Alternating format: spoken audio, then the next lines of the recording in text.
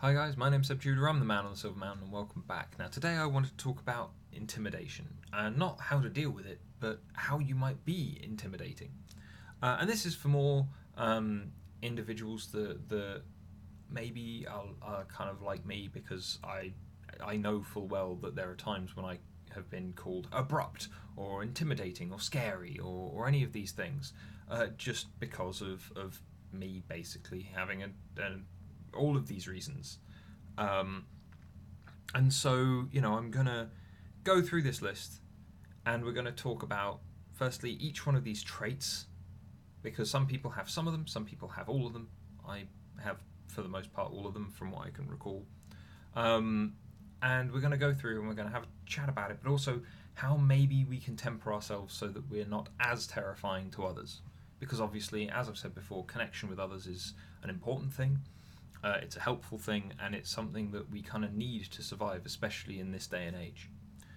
Possibly, I would say that maybe even we require more people around us to function effectively in this day and age than we would have done before. A tribe of 10 people on some savannah somewhere could potentially do quite well for themselves. Um, Whilst in today's day and age, you need to have support crews to make sure that your food gets into the shops on time so you can go and purchase it. You need to have people working in those shops. You need to have access to money, which means you have to have a workplace, which means you have to have someone else giving you the money from their own pocket. And so the network grows in terms of who you're dependent upon. And whilst you might not know all of those people, the connections that you develop with others, and especially when there's a problem that needs to be solved, those connections that you can draw on to solve the problem um, become far more important to you overall. And so as a result, I kind of want to go through these. Oh, I'm knocking my pens over. So the first one is that you tend to move you kind of cut to the chase. You try to spend as much time doing and focusing on getting stuff done, and not wasting time. And this is something that can be intimidating to people for obvious reasons. If you're going, right, what's the job? Oh, well, this, that, and the other. Oh, well, we thought we'd discuss this. Well, no, surely that just means that we've got this, and this to do. So what we're going to do is we're going to jump in and we're going to get it done. Let's go. No wasting time. It's easy to gain the focus on something, even though the camera's gone out of focus right now. Easy to pin down what you need to do, and you just focus on jumping straight into it. This can be perceived as standoffish. People can see you as dismissive. People can see you as negative. And so when it comes to trying not to waste time, when it comes to trying not to alienate people or drive them away from you when you're actually trying to just get something done, because a lot of the time people that jump straight in, I know that I did this when I was first taking on management roles and things. You know that you're on a time limit, you know what needs to be done. It doesn't necessarily matter what other people are going to be wanting to do or how they want to do it. You're in charge. You have your objective, you have your time limit. Let's go, let's get it done. And yet then, because people take offence, or because they become standoffish, or because they just seem to want to spite you because of the way that you've just gone, right, we've got a time limit, let's go, go, go, go, go. And they don't like being rushed, for instance, then you end up wasting more time and more energy trying to meet your time limit, trying to get that thing done, than otherwise. And it becomes this horrible cycle of just time bandits, of cleaning up things here, cleaning up things there, dealing with one person that's flipped out over nothing, dealing with another person who's flipped out over nothing, dealing with one person that has a legitimate concern but takes 5 hours to come out to actually get the information across to you. If you are kind of on the ball, and you're a person that just exerts a lot of energy in moving forward, doing the thing, getting it done, getting to the end, moving on to the next adventure, let's go, then that can push a lot of people away. And obviously we're talking extremes here for the sake of argument, but as said, kind of, especially in young managers as well, It wasn't just me. I learned my lesson quite quickly. I'm quite proud to say, because it was a case of me coming and going, hold on, if someone else came in and started doing this to me, would I like that? Would that be a thing that I would work for? No, I'd probably take the piss out of them and point out that they're being a bit over the top. And so as a result, I had a bit of a think, and I said, you know what? If I come in and I structure it better, and this is what I'm going to suggest to you guys. You come in, and instead of going, right, let's go, go, go, this is what we need to do, structure it differently. Because think about the amount of time that you'd maybe end up spending talking to each of those individuals that has an issue with the way that you've addressed the beginning of this task. That's potentially a lot of wasted time. So instead, gather your people together, gather a team together, gather the people involved together, and go, right, we've got 5 minutes to plan, 5 minutes to get stuff done. So these are the things that we need to do, and we need to get them done by this point, and we're taking 5 minutes now so that everyone's on the same level, everyone's on board. Yeah, that way, it might seem like a waste of time because you're not doing the thing straight away, but it's less intimidating. It allows for inclusion, it allows for involvement, and as a result, kind of the intimidating, alienating factor of that kind of behaviour isn't going to kind of drive people away, isn't going to upset people. And this is obviously one that's more for a kind of workplace thing for the most part. Most of my experiences are in this regard are from work. Either observing it or me doing it. But obviously, if you're with a new partner and you're like, yeah, we gotta go do this, and we'll get it done, and it'll be awesome. And then that other person is maybe not as driven, but they still want to be involved. There are times when you're in a relationship and it's just like, we need to get this done, and the other person's like, okay, what do I do? And they will just either follow along, or they will help and support because that's what they know that you do, and that's what they like about you. That you just throw yourself at stuff and they can follow along and either help or pick up the pieces or whatever else that they get out of it. So that's a thing that can happen, but it's in my experience much rarer. That it becomes an issue there because it's a case of, well, there's a reason why that person's with you in the first place. This may very well be a fairly obvious behaviour.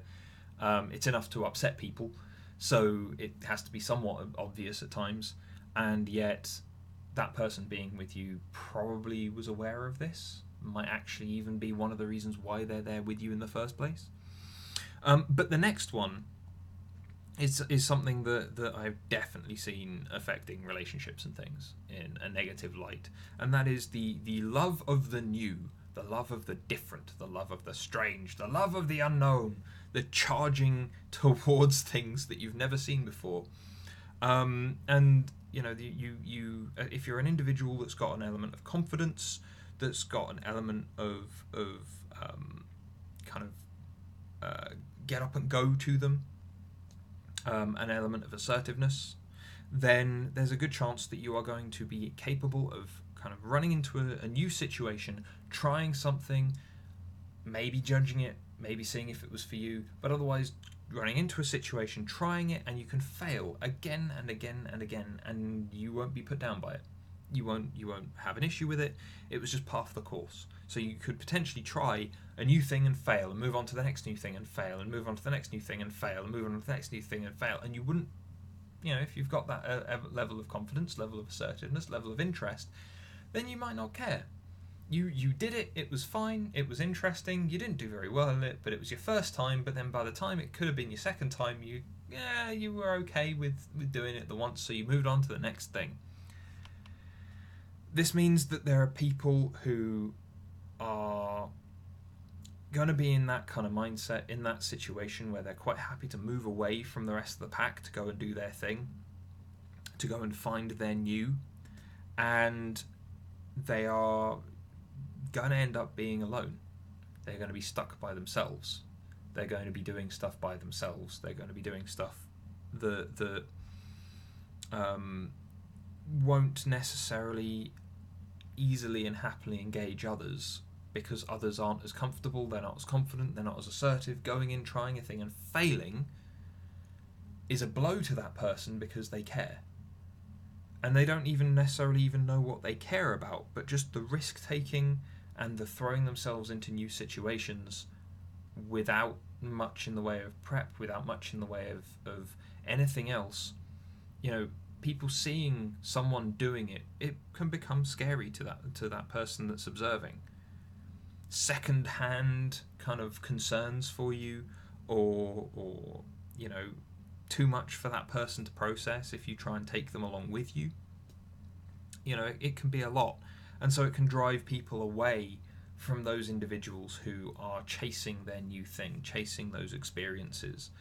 And I can say this of some people that I went to school with. There was one of us who straight away, even whilst he was in school, he wasn't doing particularly well in school because of some of his focuses being elsewhere and his distractions in various ways. But he did his thing, he tried his thing, and then he was like, I want to go travelling. This is one of the things I want to do. And so that became his main distraction over a lot of the rest of the stuff that he was still dedicated to. And so as a result, he was off and he was on his way, and that was fine. Myself at the time, much less confident, even though we had discussed the two of us going off and travelling and whatever else, much less confident, didn't have the capacity to jump myself in at the time, in either in terms of resources or otherwise.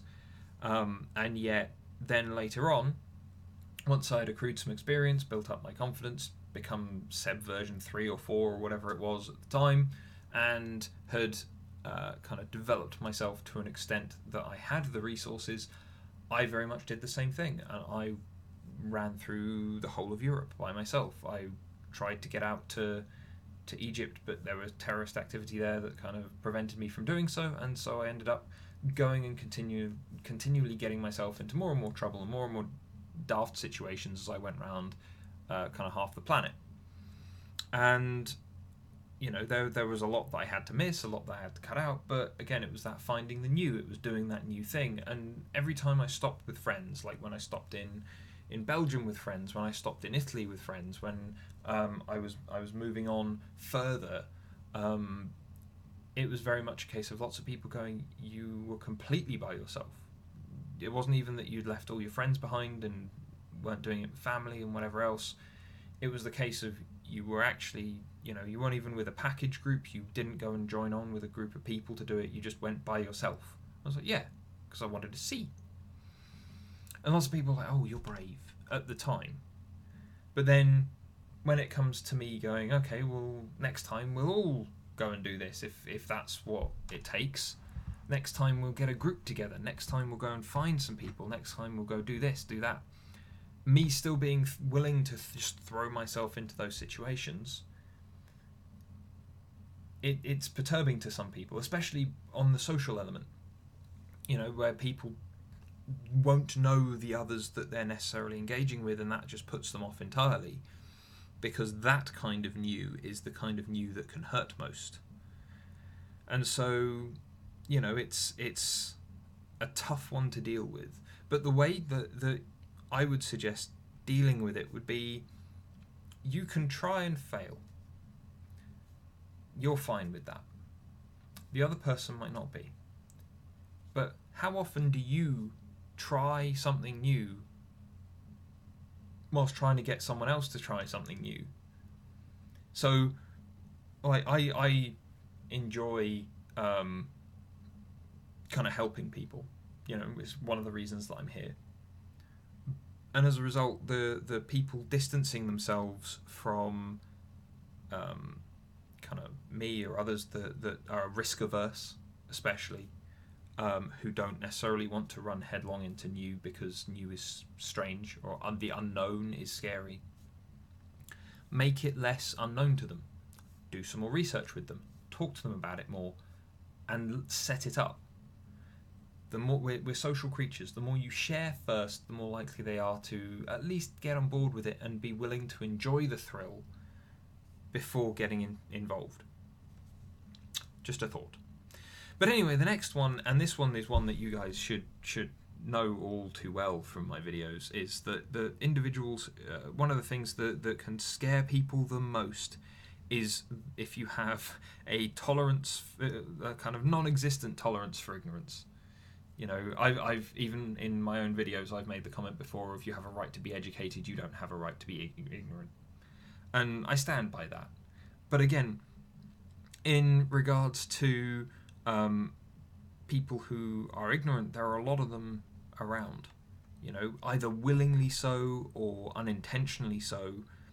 You know, it starts arguments. It does, but you know, if when you call people on their crap, they don't like it. Unless they have volunteered for it, they don't like it. Unsurprising, really. But it needs to be done. As was said recently by Elon Musk, you know, if you don't call someone an idiot when they are being an idiot, when they are being ignorant, when they do not have all of the information, when they are not willing to either take a step back, when they are not willing to go over their information if there is other new information that has been brought to their attention,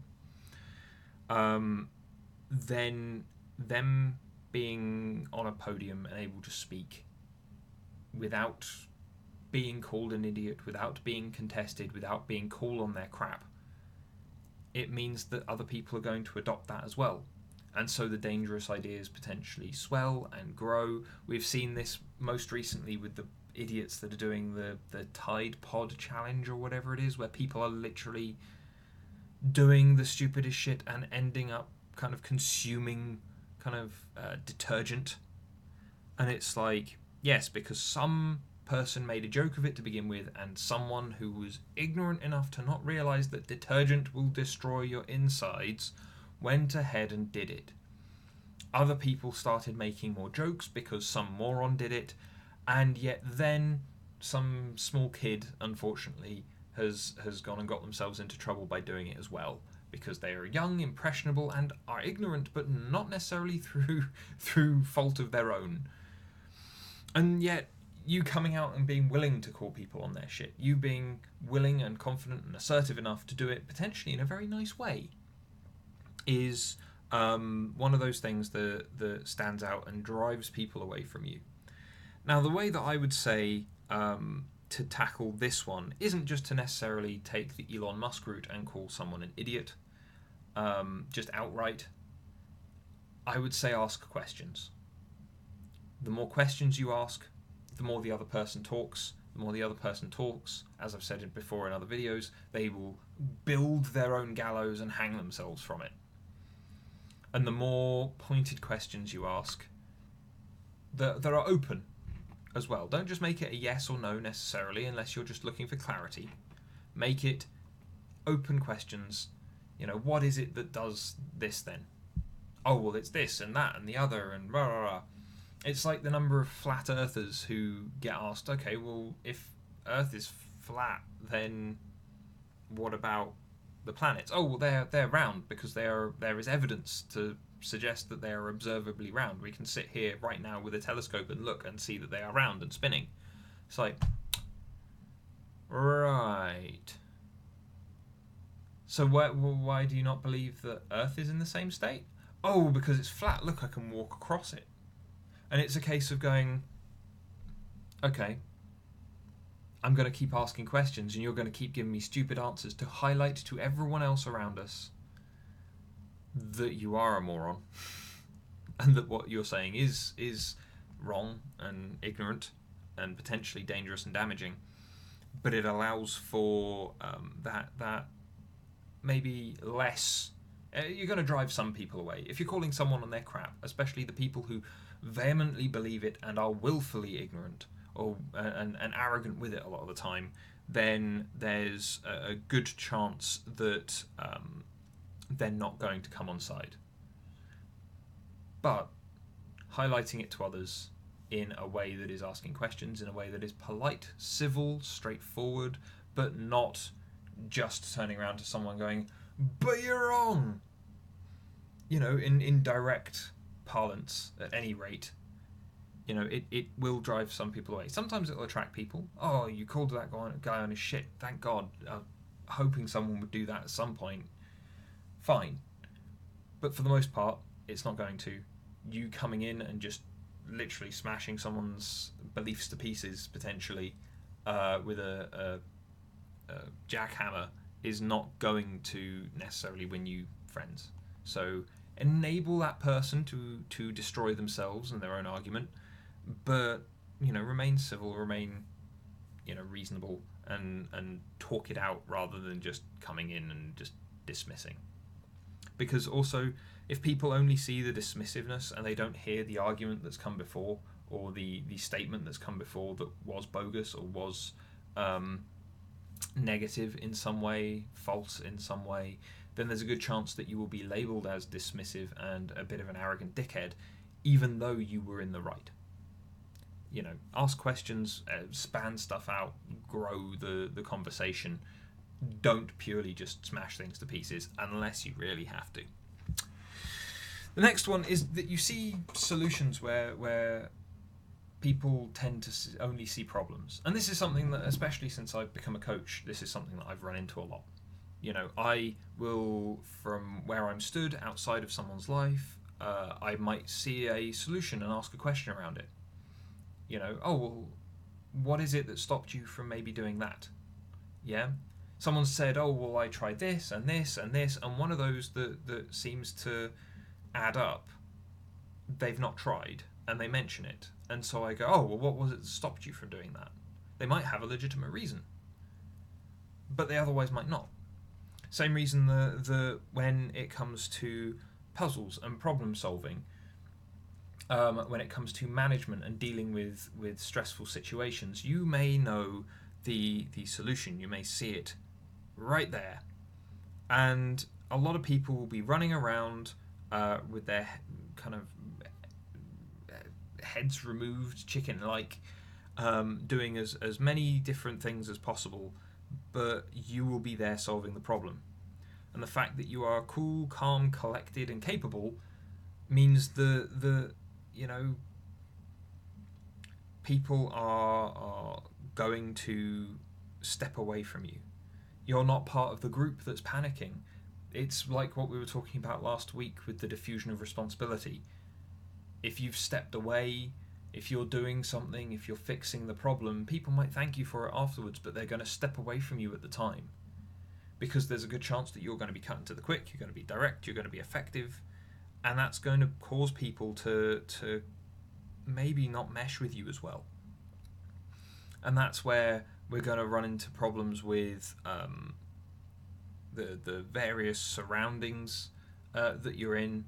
And one example from my time in work reminds me, we had to do a display, and it was all over the place because we had it was country of origin based stuff, and we had to do an entire wall.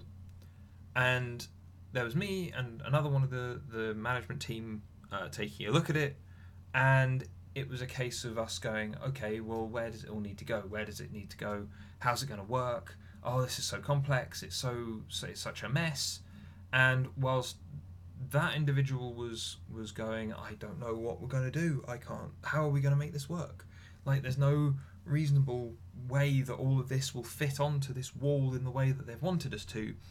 I was stood there looking over the stuff and went, okay, right, hold this. And I just put out the markers, did all the stuff, and then he was like, I don't know what you're doing, but is it good? Is it bad? I mean, I still don't know how we're going to manage this. And by the end of it, he had just gone, look, I can't, I'm just going to leave you to it because I can't get my head around it. I can't, none of this makes sense to me. And he was getting stressed out. He was getting worried that considering it was a job for the two of us, that he'd end up being screwed over because he wasn't aware of how it all worked. And as much as I explained it to him, he was too stressed out by the prospect of doing it to take the information on board. And so as a result, he came back to me a couple of times going, you said this, that, and the other. And I was like, yeah. You go, right. And then you go away again to try it again, and it still didn't add up in his head. just because he was too stressed, he was too, his brain was full of haywire and craziness, and it just didn't add up to him at the time, and it just wasn't useful.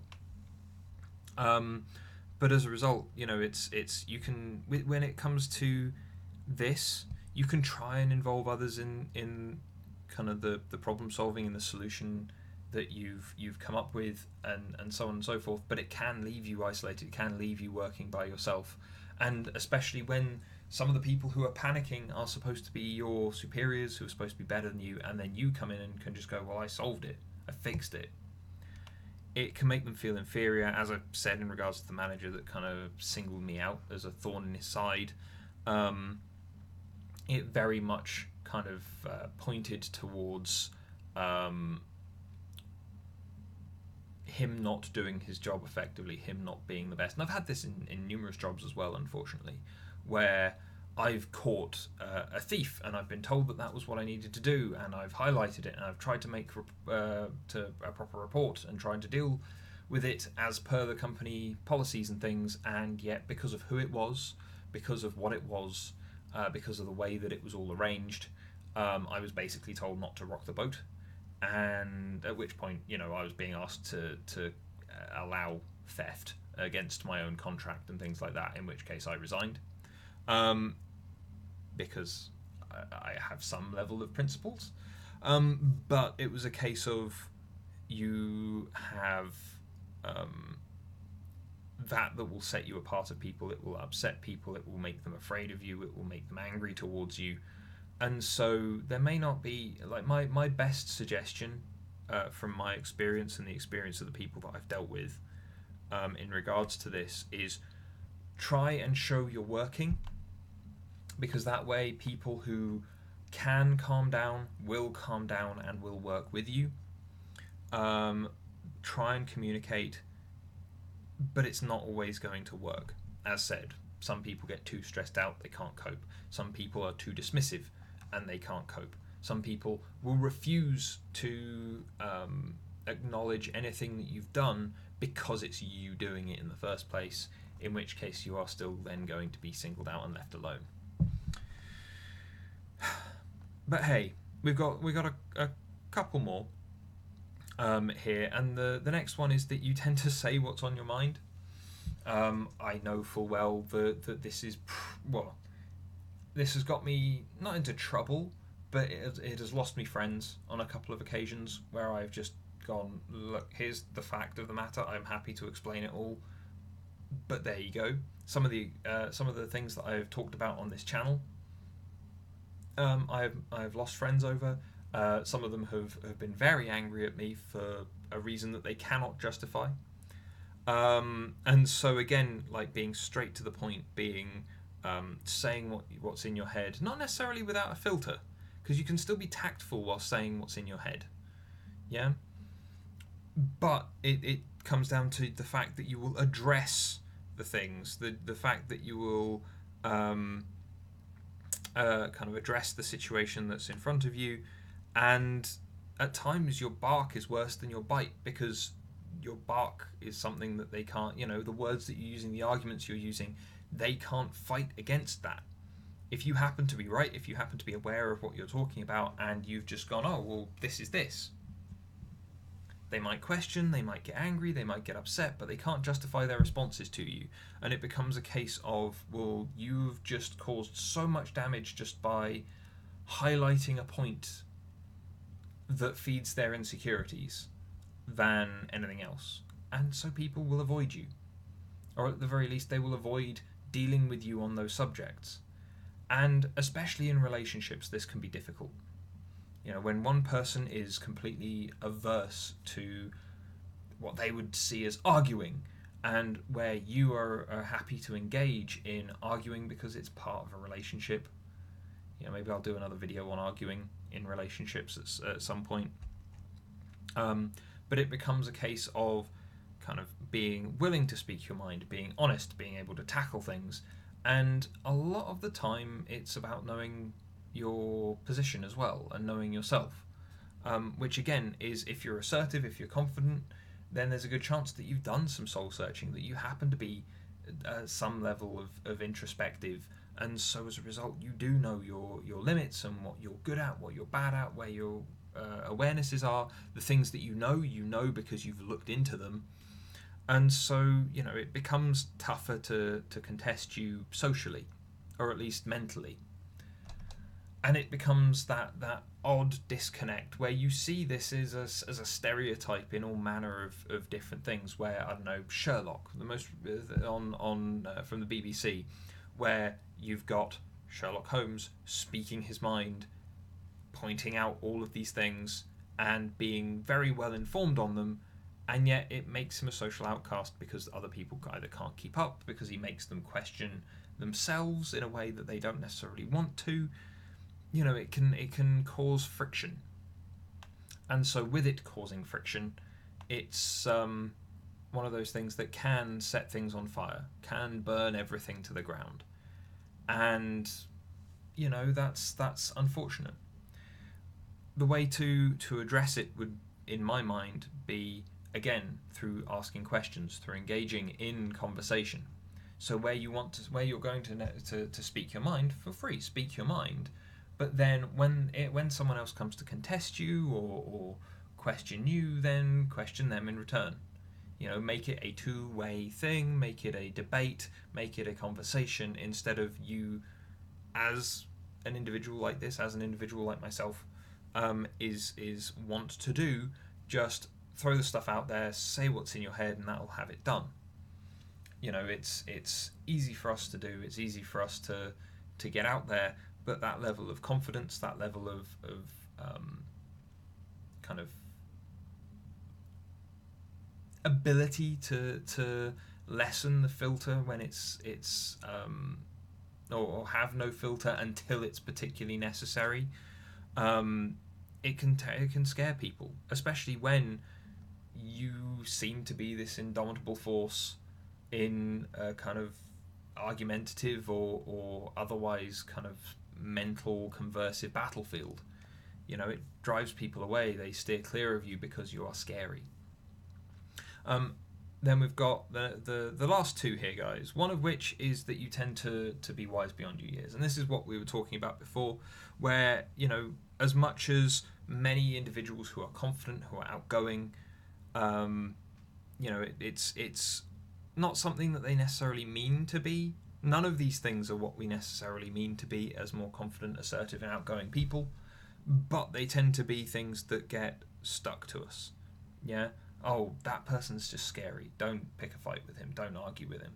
Oh, just leave him to do his own thing because he'll just get it done and then he'll move on to whatever else. It's all of that stuff that locks people away. So when you me as a 30-year-old, come into someone else's life and they've hired me to examine it, break it down, have a discussion with them, where I am able to put stuff across them, and they may be much older than myself. The fact is that I've learned how to kind of develop those perspectives, ask those questions, reflect in those ways, partly through training and proper qualifications, but also from before that. I mentioned when I was doing my videos on DISC a while ago, when it came to profiling, I was always very good at breaking down other people's behaviour. I was always very good at picking out the patterns and seeing how people worked. The limited amount of guesswork required to kind of make those calls to then inform how I tackle that person, how I deal with that person, and how that person will then respond and react. I didn't have the labels. I didn't have the psychology behind it. I didn't have any of those things, but as a result of applying myself, even when I was either very, very extroverted or when I was much, much less extroverted and people would probably confuse me for an introvert because I was just shy, it was a case of there's always a strong element of introspection, of self-examination, of knowing yourself when you're confident, when you're assertive, when you're outgoing, because you know your limits. Now, there are people who are extroverts who don't do this, and they don't know their limits, and they tend to run into problems. Look at every political leader ever, for instance. or at least within the last 20 years or so. Most of them have been extroverted, most of them have been great talkers, but every single one of them has run into all manner of problems, especially prime ministers in the UK or presidents of the United States. They've all been extroverted, socially focused people who can talk and talk and talk, but when it actually comes to doing anything else, they don't know themselves very well and they cause problems. So that in itself can be, in a kind of offshoot way, intimidating, but and upsetting to people when around you. But in regards to, coming in and you have this element of knowing yourself, of knowing your limits, of being introspective enough to know what buttons need to be pressed to get you to do things and how you can tackle that. This can make others uncomfortable. They can be kind of put off when they realise that you know your stuff when previously they've dismissed you, or when you can figure things out faster or be more efficient than they are in the way that you're thinking about a problem or around a situation. And it can be intimidating and upsetting again because it highlights their weaknesses. As with parents and children, a parent never randomly gets upset. A good parent, at any rate, never gets randomly upset with their child because the child has just done a thing. They get randomly upset with the child because the parent has failed at something. They failed to stop their child, who has very limited agency, from doing the thing that let them run through the house, spreading muck everywhere. The parent didn't teach the child well enough to prevent the child from getting arrested for shoplifting. The parent hadn't properly educated the child or treated the child well enough during their development, so that the child has grown up with an element of respect and attributed to the parent, and so they continually swear at them and they fly off the handle and they won't do anything that they say, and they rebel and they rebel and they rebel, and so on and so forth. And that's all failings in the parent's mind on the parent's part, and so they get angry at the kid because that's the thing that's reminding them of it. That's the person that's reminding them of it. And it works exactly the same way here. You've got the people around you realizing that maybe you're better than they are. Maybe even not better than they are, but just that you reached the conclusion that they were going to reach that little bit faster because you had a head start from previous experience. But it highlights to them a weakness. And so who are they going to attack? Who are they going to get upset with? Not themselves, because that would be self-harm. That would be counterproductive if they want to continue to develop further. No, they're going to attack the thing that has reminded them and made them aware of the fact that they aren't everything that they assumed that they were. But anyway, the last one, guys, is body language. And now this is one that I used to do. As I've mentioned in other videos, I used to frown all the time. Like, this was very much the way that my face would be for an awful lot, because it's comfortable. I have a big solid brow, and so as a result, just, when I'm examining something, when I'm reading, when I'm talking to people, it just sits there, and it's fine. It's comfortable. But it makes me look more severe. It puts people off, especially if I'm making very strong eye contact with someone because I'm listening to them or because I'm trying to understand what they're saying, what they're telling me. Then it becomes a case of, well, I'm frowning at them and I'm glaring at them and I'm potentially very flat expression, maybe even like hands in pockets or crossed arms because I don't know what to do with my hands a lot of the time. And it all locks up my body language and it all becomes very severe and like a brick wall kind of looming over a person, considering, as I've said before, I'm also above 6 foot, so I'm on the taller side. And all of that adds into this way in which people are going to just perceive you as a threat. They're going to perceive you as terrifying. Soften your facial expressions, smile a bit more, open body language. I can't really help the height thing, and kneeling down next to people who just happen to be shorter than me, other than as maybe a bit of a joke, doesn't tend to go down all that well. Even if it is a joke, to be fair, it doesn't go down all that well, unless they specifically ask me. My girlfriend going, "Can you come down a little bit?" And it's like, yeah, there you go. But beyond that, that can be scary to people. And so the last point I would just like to make in regards to that is maybe just be aware of if you're crossing your arms, crossing your legs, staring too much at someone, frowning at them. Just be aware of what your face and body are actually doing. And if you're looking to get on with that person, if you're not looking to intimidate them or drive them away, then ease up a little bit. Just try and open up, smile a little bit more, because then also they'll probably smile back, and it'll build something between the two of you.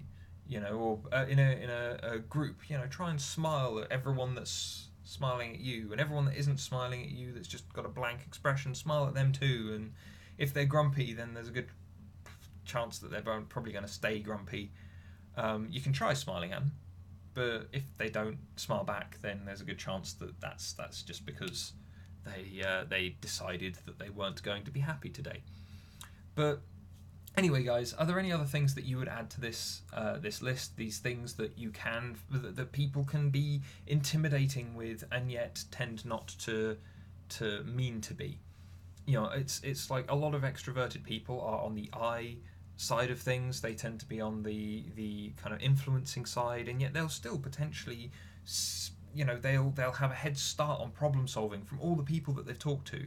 They'll have that extra wisdom, and they'll know more of their stuff because they love just hearing people discuss the topic, or because they've gone and talked to more people about it, so they've got, again, that little bit of an extra leeway. They love bouncing around through all the new stuff, and yet they're entirely people focused. They're not task focused at all. Like I'm a D for the most part in terms of my profile. I'm dominance. I'm task focused. I'm there to achieve the goal, get the thing done. Doesn't matter about the process. Let's finish it. And so, with that, yeah, sure, I can understand how that would be intimidating at times and whatever else, and I've taken measures to soften that for people. But when it's someone who is very people focused, they end up really suffering from this, because they can be scary to other people. Have you ever met one of those people who comes up to you and they are so friendly? They are so full of life, they are friendly, they will give you a hug as soon as they've met you, they will talk and talk and talk and talk and talk, and they'll love to hear you talk. They'll always be interested in everything that you have to say, as long as they can, it's a to and fro, and it's all that kind of built up energy just around being with people. Yeah, they're the happy Labradors of people in the world. And so they'll be bouncing around, they'll be talking, they'll be dealing with all this stuff, and yet you can't help but go, whoa, that was like a wave of person.